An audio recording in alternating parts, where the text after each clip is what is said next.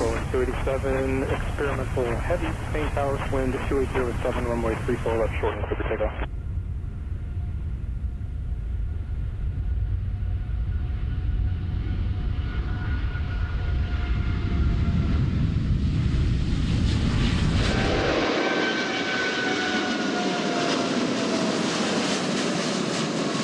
Just recently, a single Boeing jet touched down at North Boeing Field in Seattle and quietly rewrote the balance of a rivalry that has run for more than 50 years.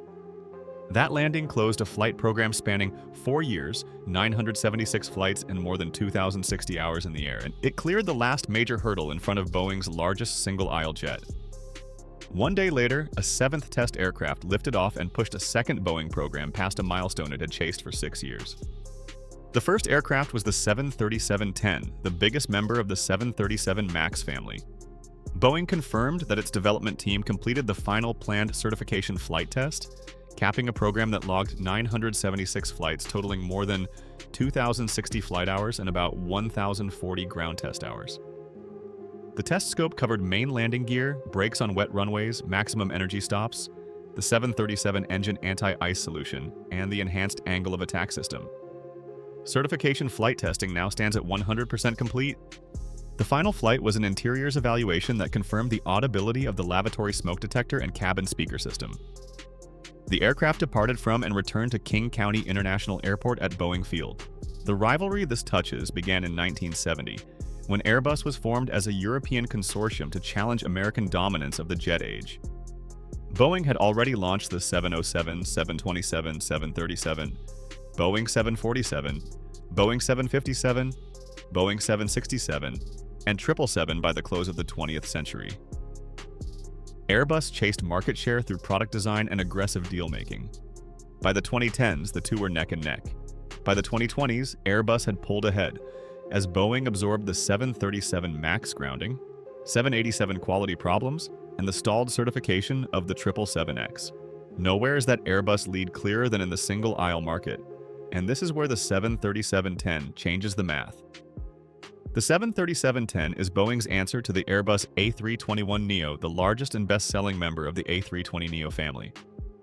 The A321neo has outsold the entire 737 MAX family on its own, with more than 6,170 orders. It entered service in 2017, is fuel-efficient and economical, and carries enough range for almost any route an airline needs. The 737 MAX 9 failed to compete against it directly. The 737-10 was Boeing's second attempt, offering low per-seat costs, capacity for up to 230 passengers, and a range of 3,100 nautical miles.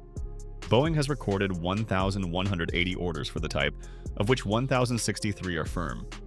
Until now, those orders sat frozen behind certification. That single fact shaped the market.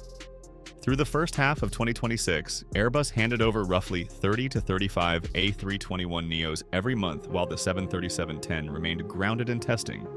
In February 2026, all 28 of Airbus's orders for the month were placed in the single-aisle segment, including 22 A321neos.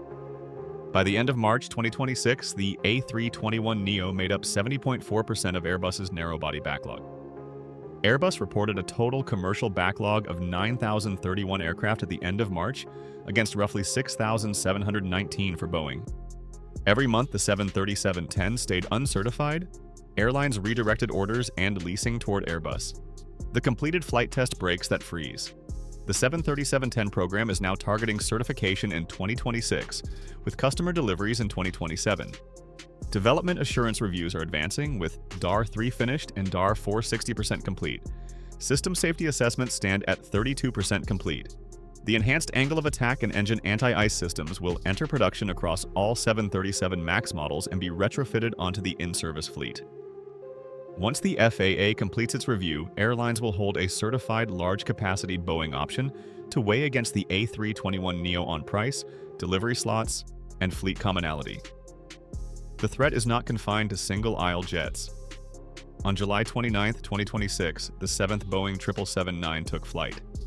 That flight marked the 4,800th hour of the 777X program, which is nearing the completion of certification, 6 years after its originally anticipated launch.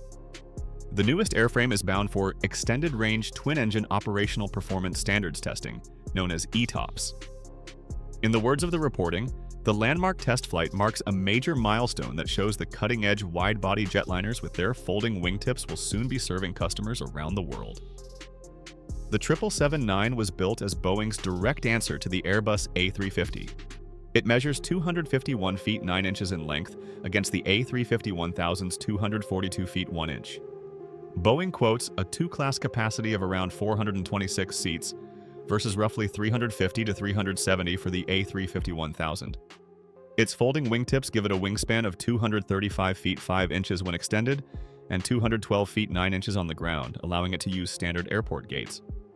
Boeing positioned it to beat the A350 on economics, capacity, and reach in the twin-aisle market. Airbus built its lead in that market during Boeing's absence. The A350-900 was certified in 2014 and the larger A350-1000 in 2017. The A350 family has logged over 700 deliveries and pushed its backlog past 1,500 aircraft, with dispatch reliability averaging 99%. The A350-1000 has been in service since February 2018, giving it an operational head start of roughly 8 years over the 777-9. As of June 2026, the A350-1000 stood at 367 orders and 114 jets delivered. Air Canada disclosed a firm order for 8 A350-1000s in February 2026. Boeing's road to this point was long and costly. The 777-9 was slated to enter service in 2020 with launch customer Lufthansa. The crashes of two 737 MAX jets, which took 346 lives, derailed that plan and triggered an industrial crisis. Boeing has since regained the trust of the FAA and ramped its production lines back toward the capacity of a decade ago. In its third quarter results, CEO Kelly Ortberg confirmed the first 777X delivery had slipped to 2027, producing a $4.9 billion charge for the quarter. While we are disappointed in the 777 delays, it shouldn't overshadow the progress we're making, he said. The 777X carried 619 total orders from 12 customers by late 2025, with a backlog of 473 after 33 orders were reclassified. Emirates alone holds more than 250 of them. Those delays cost real money. Boeing has absorbed approximately $15 billion tied to the 777-9's delayed entry into service. As the aircraft nears certification, Emirates has officially declined the first 10 to 11 early-build airframes originally manufactured for it. At the Farnborough International Air Show, Emirates President Sir Tim Clark said those jets are only fit to be turned into baked bean cans. Boeing scrapped airframe WH-007, line number 1611, which never flew in 6 years despite wearing Emirates colors. More than 30 additional 777-9 airframes require substantial rework before revenue service. From that difficulty comes an opening that sharpens the pressure on Airbus. For the first time in the program's history, a U.S. carrier is in discussions to buy 777X aircraft. United Airlines may become the first American operator with the opportunity to acquire as many as 20 test-bed 777-9s at a fraction of the list price as it retires aging Boeing 767s and older 777-200s. United had leaned on Airbus during Boeing's delays, adding 40 new A321neo frames in 2025 to protect capacity while the 737-10 stayed uncertified. Trade policy widens the exposure further. President Trump's tariff threats aimed at non-American sellers add cost pressure to Airbus jets sold into the U.S. market. Airbus, headquartered in Europe, sells its A321neo and A350 into American fleets where tariff exposure can raise total acquisition cost. A certified 737-10 and an advancing 777X hand U.S. carriers domestic alternatives at the precise moment trade policy raises the stakes on buying foreign. The figures frame the contest. The 737-10 has cleared 100% of its certification flight testing and targets deliveries in 2027, aimed at an A321neo backlog exceeding 6,170 orders. The 777X has logged 4,800 test hours and moved its seventh airframe into ETOPS testing, aimed at an A350 family that has already delivered over 700 aircraft. Both Boeing programs now sit directly opposite the two aircraft families that anchor Airbus's order book.